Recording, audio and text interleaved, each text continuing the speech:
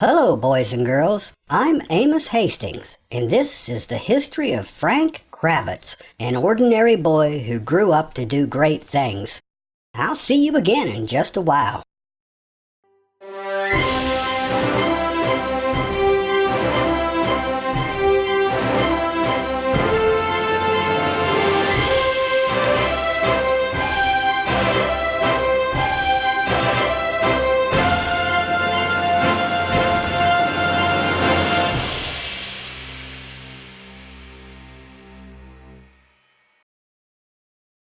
Hello, young folks. My name is Frank Kravetz, and for as long as I can remember, I've loved airplanes.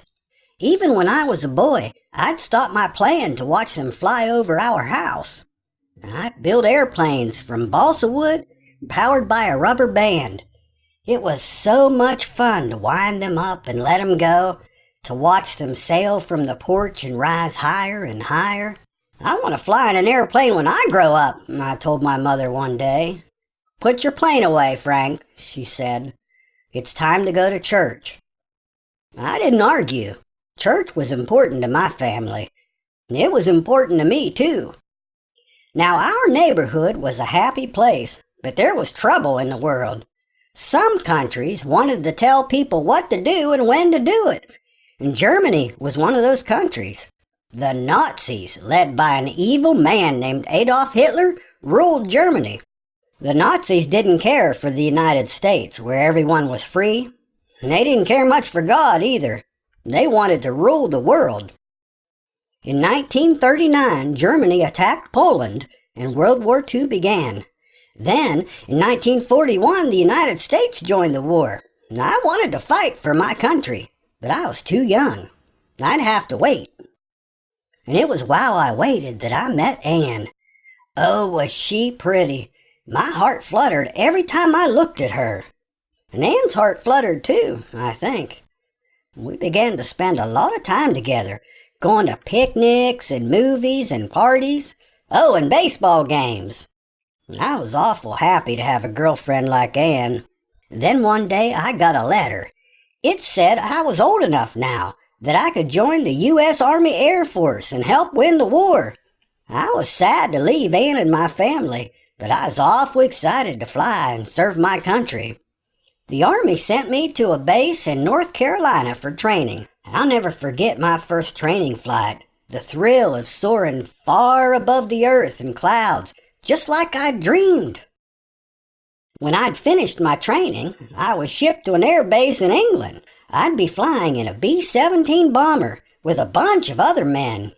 And there was Ken, he was the pilot, and Bill, and George, and Ed, and Harry, and Virgil, and Herb, and Steve, and Tom, and John. The B-17 was a big, tough, 4-engine plane that dropped bombs on the enemy. It didn't just drop bombs, though. No, sir. A B-17 needed to protect itself, too, or German planes would shoot it down. And for protection, B-17s had so many guns, people called it the Flying Fortress. One of those guns would be my responsibility. It was a dangerous job. On November 2nd, 1944, our plane was ordered to fly deep into Germany and drop bombs on factories. I was terribly scared. Everyone was scared, if they had sense. We knew some planes wouldn't return, and that some men would die. "Help me to do my duty," I prayed to God. "I don't want to die, but your will be done." But before I could board the B-17, I had to dress. The plane would fly high into the sky, where the temperature could be 50 degrees below zero, and I'd need to wear a lot of clothes. First I put on a flying suit, and over that I would wear a t-shirt, and then a button jacket, then a flight jacket. I still wasn't done. Over all the other clothes, I had to wear a life jacket, and a hat, and goggles, and an oxygen mask. "It's time to go," Ken said, and I wriggled into the tail of the plane and checked my gun. Soon we were off to Germany. And while I watched for enemy fighters, I prayed some more. 500 bombers and 900 fighter planes took off from England that day, and the Germans sent 400 fighter planes to stop us. It was the biggest air battle of World War II. Many planes were lost. My plane was one of them. Bullets from a German plane struck an engine, and it began to smoke, and soon 2 more engines were hit. I was scared, but I kept firing my gun. And suddenly, there was a loud crash, and my compartment filled with smoke. I looked at my leg, and blood covered my pants. "I'm shot!" I yelled. Bill and Ed pulled me out of the tail. Am I gonna die, I wondered? "The plane is going down," the pilot told our crew. "We've got to jump." Bill and Virgil tried to help me put on my parachute, but it came undone. "There's only one thing we can do," Bill said. While I held the parachute in my arms, he and Virgil tossed me from the plane. They prayed the parachute would open. You can be sure I did too. It did. As I fell to earth, everything became quiet. The boot slipped off my foot. The ground rose awful quick, and I landed in enemy territory. German soldiers came running and pointed their guns at me. I was too hurt to do anything but surrender. I was a prisoner. The soldiers took my gun, my watch, and my graduation ring. And worst of all, they took my photo of Anne. Because I was bleeding and couldn't walk, the Germans took me to a prisoner's hospital, a dark, dirty place that was nothing like the hospitals back home. "You must have surgery or you'll die," a doctor told me. Am I going to lose my leg, I wondered? I don't know how long the surgery lasted, but when I awoke, the first thing I did was reach under the covers. "My leg's still there," I hollered. Did you ever wake up worried a leg was gone? It's mighty scary. I was relieved and prayed my thanks to God, but I was still a prisoner, and the hospital was a terrible place. The beds were hard and the sheets were dirty, and there was dirt and grime all over. Some of the prisoners died, but I didn't.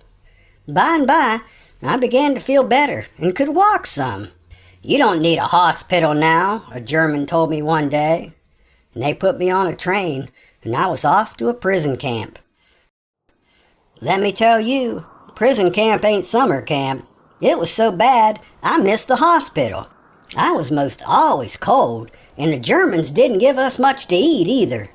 For dinner, I would get a piece of bread, some shrivelly vegetables, a dried potato that I had to share with a worm, and coffee made from acorns. I was always hungry. The lice and fleas and bed bugs that squirmed in my socks and pants and bed sure weren't hungry. They had me to feed on. Before long, I was covered with sores, and I lost a lot of weight and grew a scraggly beard. If Anne could only see me now, I laughed. The camp was horrible, and many prisoners died. Those were the worst days of my life. The Germans allowed us to have church services, though, and that made all the difference. I never forgot God. "Please get me out of here," I'd pray. "I want to see Anne and my family. I miss them so much." God answered my prayers. One morning, I heard a loud boom and a crash and a rumble, and I could feel the ground shake. Now what, I wondered, and rushed outside to the most beautiful sight I'd ever seen, except for Anne. The Americans had reached the camp. Now the Germans were the prisoners, and I was free. The war ended soon after, and I returned to America. I was mighty glad. I'd done my duty, and we'd won the war, and I'd had enough adventure. I made it home several days later. My family rushed onto the porch, crying and laughing and kissing and squeezing me till I was most smothered with love. It felt so good to be home. And that night I called Anne. I'd missed her so much. "Let's go to a baseball game tomorrow," I said.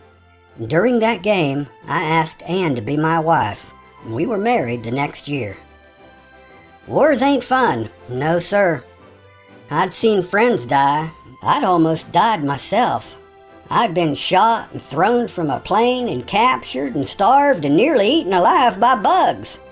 I still walk with a limp. Some folks would grumble, not me. I've had an awful good life. I love my family, and I love my country, and most importantly, I love my God. Let me tell you something, and you remember this. Nothing else matters. Well, I'm Frank Kravetz, World War II veteran, and that's my story.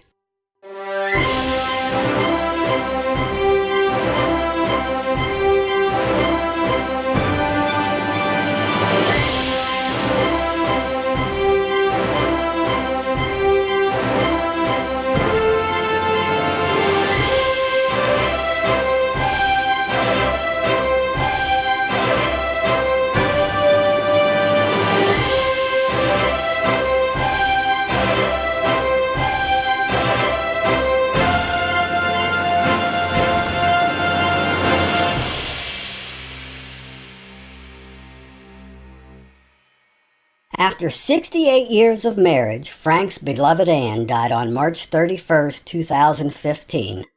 And then, only 4 months later, Frank died too. He was 91. Frank's character has inspired his children, his grandchildren, and his many friends to live better, richer lives. Frank's character should inspire us too. He wasn't rich or famous. He wasn't a singer, or a movie star, or an athlete.